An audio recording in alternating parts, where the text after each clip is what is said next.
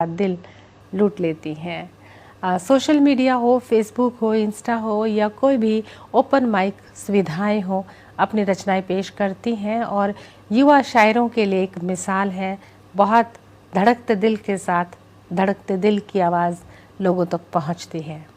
दोस्तों, जानी मानी तो हैं ही और बहुत सम्मानित हैं। जहाँ जहाँ भी लुधियाना, पटियाला, दिल्ली, अमृतसर, जहाँ कहीं पंजाब, हरियाणा, दिल्ली तक जहाँ तक भी जाती हैं कार्यक्रमों में और वहाँ पर सम्मानित होकर आती हैं। और जब मैंने इनसे कहा कि भाई आपके अवार्ड सम्मान के बारे में थोड़ी जानकारी दीजिए, तो इन्होंने फ़ोटो खींच के अपने पूरे कमरे का जायज़ा दे दिया। इतने सम्मान और इतने अवार्ड कमरे में टंगे हुए थे फ्रेम करवा के। तो हमने कहा भाई उस चक्कर में पड़ेंगे तो फिर बात नहीं कर पाएंगे। लेकिन ये सोच लीजिए, जिनका पूरा कमरा सम्मानों से भरा हो, दीवारें पूरी सजी हो सम्मानों से, अवार्ड्स के, सर्टिफिकेट से, तो फिर अपने आप में ही जानी मानी हस्ती है। दोस्तों, बगैर देर किए चले मिलवा देते हैं हमारी आज की प्यारी सी मेहमान से। जी हाँ, बात कर रहे हैं पुन्नू मंगला जी की। आइए करते हैं मुलाकात। पुन्नू जी, स्वागत है जस टीवी के स्टूडियो में। बहुत शुक्रिया मैम। आप आए, बहुत अच्छा लग रहा है जी। और मैंने जितना आपके बारे में काफ़ी समय से जानती हूँ, 10-15 साल से जी। आप देखने में उम्र की कम लगती हैं लेकिन शायरा बहुत संजीदा है, बहुत गंभीर है, बहुत वरिष्ठ है। कई चेहरे ऐसे होते हैं कि देखने में तो युवा होते हैं लेकिन कई बसंत देख चुके होते हैं। आप उनमें से एक हैं। जी मैम, इसके पीछे की मैं आपको एक वजह बता सकती हूँ। मुझे ऐसा लगता है कि जो इंसान खुश रहता है और सबसे हंस के बात करता है, उसके मन में कोई किसी के लिए बुराई नहीं होती, तो वो आपके चेहरे पे आपको नजर आती है। जिसकी रूह साफ और स्वच्छ होती है तो वो आपके चेहरे पे आपके झलक जाती है। तो मुझे ऐसा लगता है कि शायद यही वजह है कि मेरा चेहरा उम्र से थोड़ा छोटा लगता है। जी बिल्कुल बिल्कुल, होना भी चाहिए। बहुत अच्छी बात कही है कि जब हम खुश रहते हैं, तनाव मुक्त रहते हैं, तो कहीं न कहीं हम अपनी उम्र को भी पीछे धकेल देते हैं। मतलब अगर हम 50 के हैं तो हम 40 के दिख सकते हैं। जी बिल्कुल। 50 के हो तो 20 के तो नहीं दिखेंगे लेकिन अगर 50 के हैं तो 40 के दिख सकते हैं, 35 के दिख सकते हैं। जी बिल्कुल। और ऐसा नहीं होना चाहिए कि 50 के हैं और दिखे 75 के। जी, अब वो स्थिति ठीक नहीं है। जी बिल्कुल। और चलिए, आप खुश रहें और इसी तरह साहित्य सृजन करते रहें। और कुछ सवालों से शुरुआत कर लेती हूँ कि आपकी शायरी में दर्द भी है, संजीदापन भी है, आपकी शायरी में जिंदा दिली भी है और एक युवा दिलों को, युवा जो हमारे आज के हैं उनके लिए एक मार्गदर्शन भी है। आप अपने आप में एक कहते हैं प्रेरणा है। जी, लेकिन आपकी प्रेरणा कौन है? मैं किसी एक इंसान का नाम तो नहीं ले सकती, बट मेरी प्रेरणा शायद जिन दुखों से या जिन चीज़ों से होके मैं गुजरी हूँ, मेरी प्रेरणा वही है। जो मेरी लाइफ की हादसे कह सकते हैं आप, दुख कह सकते हैं, तो वो मेरी प्रेरणा बने। और मुझे शौक तो छोटे, जब मैं बचपन से थी तब से लिखती आ रही हूँ। तो ये कहते हैं अंदर ही होता है आपके एक शायर, एक लेखक, बचपन से ही। तो वो अंदर से ही था। और छोटे छोटे अखबारों में जब शायरी, गज़लें छपती थी, पब्लिश होती थी, तो मुझे एक अंदर से ही झुकाव महसूस होता था इनकी तरफ। तो उनकी कटिंग करके अपनी डायरी में पेस्ट कर लेना।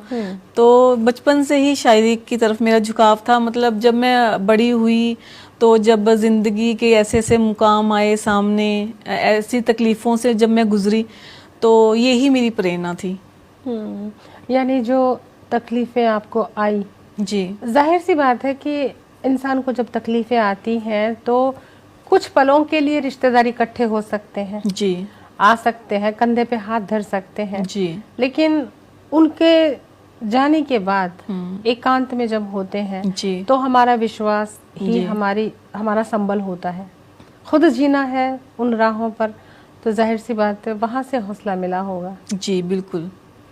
तो तभी से मैंने फिर लिखना शुरू किया। जब आप, मुझे ऐसा लगता है जब आपको कुछ सुनने, वो पीड़ा कागज, जब आप उस पीड़ा को किसी को व्यक्त नहीं कर सकते, जब आप किसी को बता नहीं सकते, तो जो अंदर आपके एक लेखक मर चुका होता है। और हम बताते क्यों नहीं हैं किसी को अपने दिल की बात? मुझे ऐसा लगता है कि आप, कई इंसान है थोड़े इंट्रोवर्ट होते हैं शायद, जैसे मैं हूँ, मैं जल्दी जल्दी किसी को अपने मन की बात नहीं बताती। तो मुझे लगता है कि वो जो मन की बातें थी वो मैंने लिखना शुरू कर दी। और कब मैं शायरी की तरफ चली गई, कब लेखन की तरफ मैं मुड़ गई, मुझे पता नहीं चला।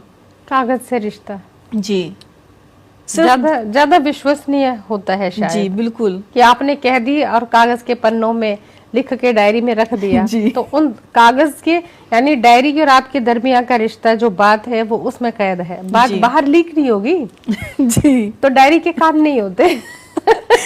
दीवारों के होते हैं पर डायरी के तो कान भी नहीं होते। ये मैम बहुत अच्छा भी है। हाँ। जब आपको ये पता चले कि जो आप लिख रहे हो वो आगे तक नहीं जाएगा, तो आपको थोड़ा अच्छा लगता है कि सेफ साइड है। डायरी एक सेफ साइड है आपकी, जी। जब आप कुछ भी लिख सकते हो। जिंदगी का मिजाज है, कभी तो बहुत खुशगवार लगती है और कभी लगता है ये जिंदगी बेमायने सी हो जाती है। और शायर तो संजीदा होता है, उसको जरा सी खुशी मिल जाए तो वो खुशी के नगमे लिखेगा, जरा सा दुखी हो गया तो उसके नगमे जो है वो गमगीन होंगे। जी। तो आपकी शायरी का मिजाज गमगीन ज्यादा है कि खुशगवार ज्यादा है? मैम 50-50 है। अच्छा। मैंने इसमें बैलेंस किया हुआ है। जब मैं बहुत खुश होती हूँ तो खुशी की बातें लिखती हूँ, जब दुखी होती हूँ तो दुखी की बातें। तो मेरे लिए तो दोनों सबसे ही पहले हम आपके दुख की नब्ज पे हाथ रखें और आपकी खुशी की नब्ज पे रखें, जो जैसा आप चाहें मैम। जी। जो आपकी जिंदगी में लगता है कि आपके दिल के ज्यादा करीब है, शुरुआत उसी नज्म से हो जाए। जी जी। एक शायरा अपना परिचय अपनी बातों से ज्यादा अपनी शायरी से दे सकती है। जी मैम, स्वागत है। जी। ये जो मेरे 4 मिसरे हैं, ये मेरी जो दिल की बात है, उसको पेश कर रही हूँ मैं। जी। कि किस तरफ जाऊंगी ये पता था मुझे, किस तरफ जाऊंगी ये पता था मुझे, एक अंदेशा सा भी हुआ था मुझे। मिल रहे थे मुझे गम पे गम जिस तरह, मिल रहे थे मुझे गम पे गम जिस तरह, शायरा ही बनूंगी लगा था मुझे, शायरा ही बनूंगी लगा था मुझे। ये 4 मिसरे हैं मैम मेरे। और अब एक गजल पेश कर रही हूँ। जी, स्वागत। रोग क्या है मेरा ये पता है मुझे, रोग क्या है मेरा ये पता है मुझे, उसके जाने का सदमा लगा है मुझे। क्या बात है। रोग क्या है मेरा ये